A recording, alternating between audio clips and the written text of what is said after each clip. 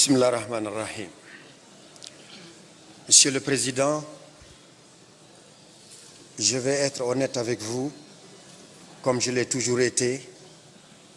Je ne serai pas court, je serai même long. Parce que j'ai 66 ans. Et voilà 56 ans que j'attendais cette occasion.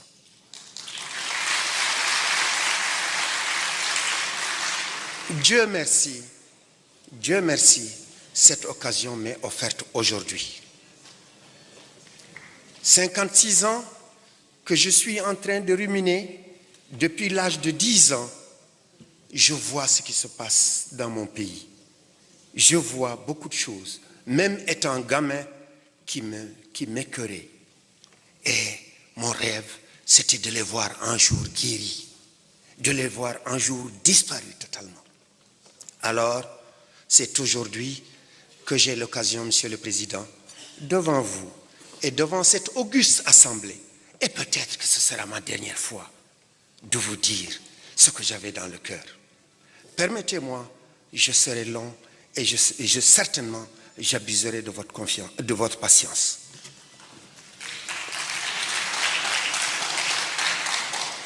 Bismillah ar-Rahman ar-Rahim. Wassalatu wassalam ala Sayyidina Muhammad sallallahu alayhi wa sallam.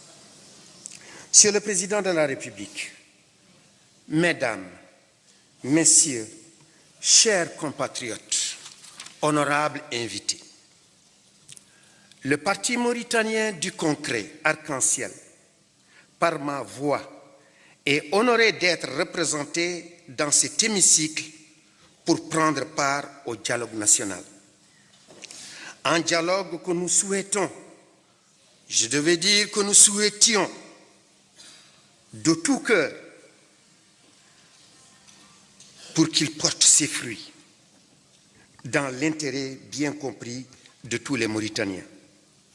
Ce rendez-vous du donner et du recevoir, d'où jailliront des décisions positives pour le devenir de notre pays, nous permettra d'aplanir les divergences et de converger vers la réalisation d'un idéal de paix et de justice au profit de l'ensemble des communautés de notre cher peuple.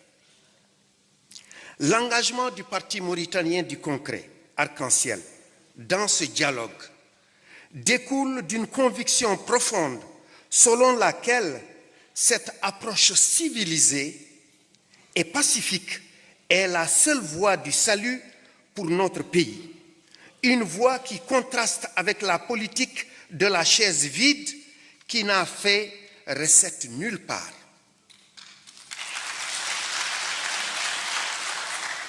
Nous osons espérer que cette rencontre se déroulera dans la sérénité et le respect mutuel et qu'elle ne se transformera pas en une unité du cheval et du cavalier, ce qui pourrait nous entraîner dans une cacophonie interminable.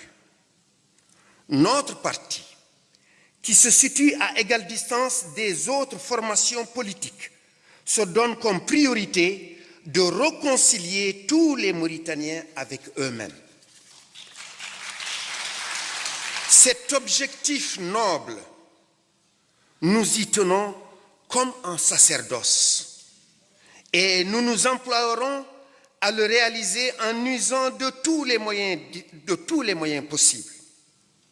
Ce parti Arc-en-Ciel est un parti de contribution et de proposition. Il met l'intérêt de la Mauritanie au-dessus de tout et fait du règlement des problèmes des citoyens sa raison d'être. Monsieur le Président, Mesdames, Mesdemoiselles, Messieurs, honorables invités, notre formation politique, loin de tout extrémisme et loin d'être atteinte de cécité ou d'otite politique, reconnaît par sa bonne foi que le mouvement de rectification avait semé des grains d'espoir dans le cœur et dans l'esprit de beaucoup de Mauritaniens. En effet, il était intervenu à un moment où l'injustice avait atteint son paroxysme et les citoyens abandonnés à leur triste sort ne savaient plus à quel saint se vouer. L'anarchie et la gabégie étaient alors de mise. La coupe était pleine et le fruit était mûr. Il ne restait plus qu'à le cueillir. Il s'en était suivi une véritable liesse populaire qui avait salué, soutenu ce mouvement de rectification. Et le vaillant peuple mauritanien, uni dans sa diversité, tenait à refermer une page sombre de son histoire que certains politiciens, je dis bien que certains politiciens, sans scrupules, avaient largement contribué à fomenter et à entretenir. La prière à Kaïdi, capitale du Gorgol, le retour des déportés, l'indemnisation de militaires victimes des atrocités des années de braise de 1989 à 1991 sont autant d'atouts qu'on doit mettre à l'actif du régime actuel, c'est-à-dire à l'actif du président Mohamed Ould Abdelaziz. Ces dernières années, le pays est devenu un véritable chantier. Des infrastructures émergent de partout. Eau, électricité, routes goudronnées, centres de santé, etc., etc. Mais force est de constater que beaucoup reste à faire. Après l'épuration ethnique de 1989, les séquelles de ces douloureux événements sont encore présents et les réalités demeurent têtues et choquantes. Les problèmes des déportés, réfugiés au Sénégal et au Mali sont toujours pendants.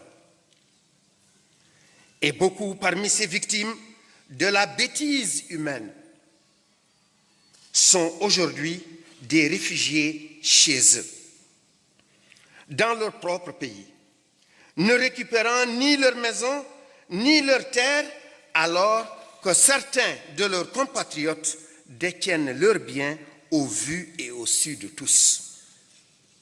Il s'agit d'une justice injuste, d'une injustice flagrante, c'est-à-dire une justice à deux vitesses, abandonnant certains citoyens à leur triste sort et privilégiant les autres. À l'heure actuelle, aucun négro-mauritanien ne dirige une banque dans son pays.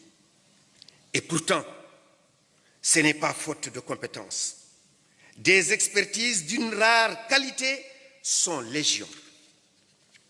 Ce constat amer, on le trouve au niveau des postes de responsabilité, et ce, dans tous les domaines, administration territoriale, santé, société d'État, sans oublier le secteur de la sécurité. Je veux parler de l'armée, la police, etc., etc. Aucun directeur de radio ou de chaîne télévisée, publique ou privée. Cette situation, Monsieur le Président, est dangereuse et porte les germes de la division et de la frustration.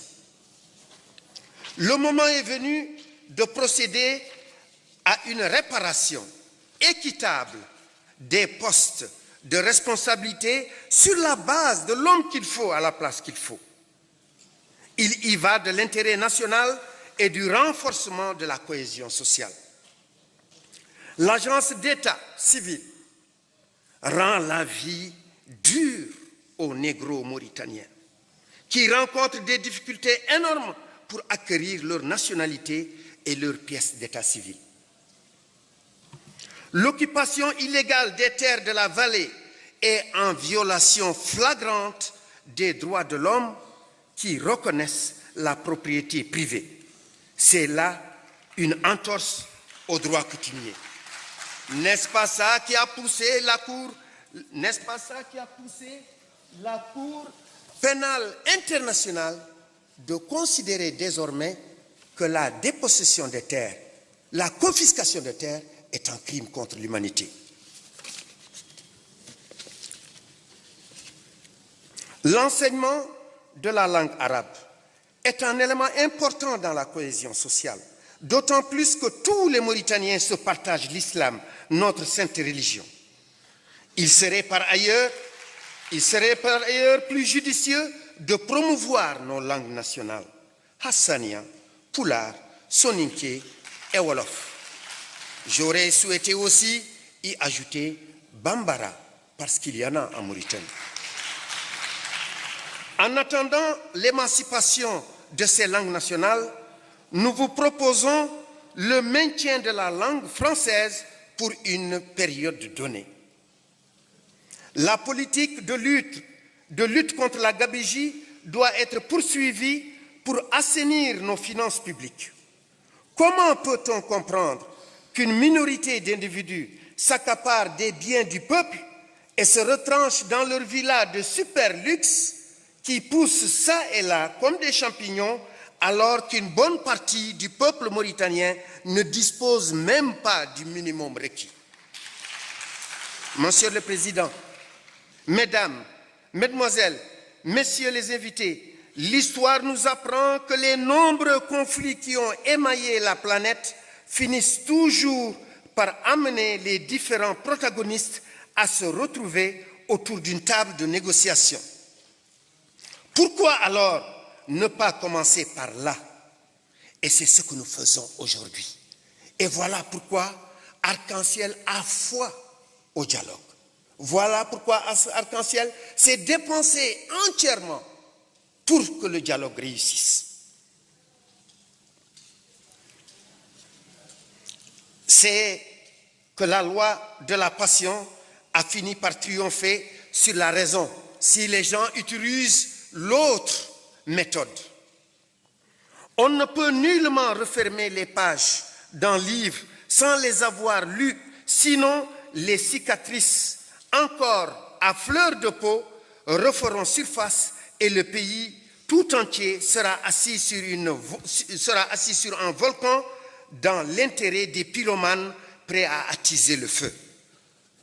Nous devons dès à présent nous considérer comme des sapeurs-pompiers prêts à barrer le chemin à ces apatrides, sinon les générations futures ne nous pardonneront pas notre laxisme et notre négligence et nous endosserons la responsabilité d'une situation catastrophique qu'elles n'ont jamais créée. Il s'agit donc là d'une bombe à retardement qui pourra éclater à tout moment. Réunis aujourd'hui autour du thé de la paix, ici dans ce palais de congrès, dont nous allons nous partager les dividendes avec le peuple tout entier, nous n'avons plus droit à l'erreur. La situation des anciens esclaves est toujours préoccupante. Les mesures d'accompagnement entreprises jusqu'ici ne constituent qu'une infime partie de l'immense iceberg, car le mal est encore plus profond. La libération d'anciens esclaves ne se résume pas uniquement au niveau des décrets. Elle doit être perçue comme une réalité palpable et concrète. Que seront alors la liberté d'un homme assoiffé, affamé, abandonné en plein désert, sans eau et nourriture, ni nourriture, sinon de mourir? Il est temps, Monsieur le Président, il est temps de procéder à la réparation des préjudices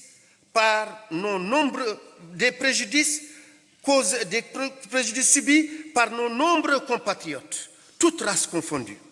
Je fais allusion, là, je vais remonter très loin, je fais allusion même à l'aile bassiste, accusé d'être trempé dans un putsch, et les négro-africains également, que certains de nos compatriotes, ainsi que certains de nos compatriotes soupçonnés d'être des membres du Front Polisario. Je remonte à 1975. Il existe certes des contradictions entre les différentes formations politiques, mais elles sont loin d'être synonymes d'antagonisme. Au contraire, elles sont source de complémentarité, voire de richesse. Monsieur le Président,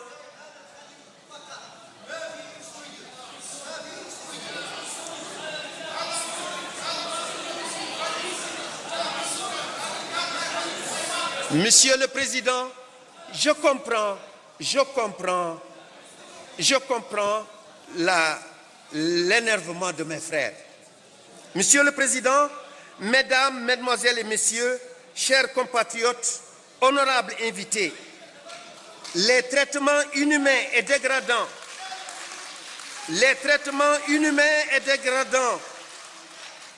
dont ont été victimes les négro-mauritaniens durant les événements des années de braise de 1989 ne doivent plus être escamotés, ainsi que les préjudices physiques, moraux, sociaux, culturels et commerciaux qui s'en ont suivi doivent être répertoriés en vue de leur réparation.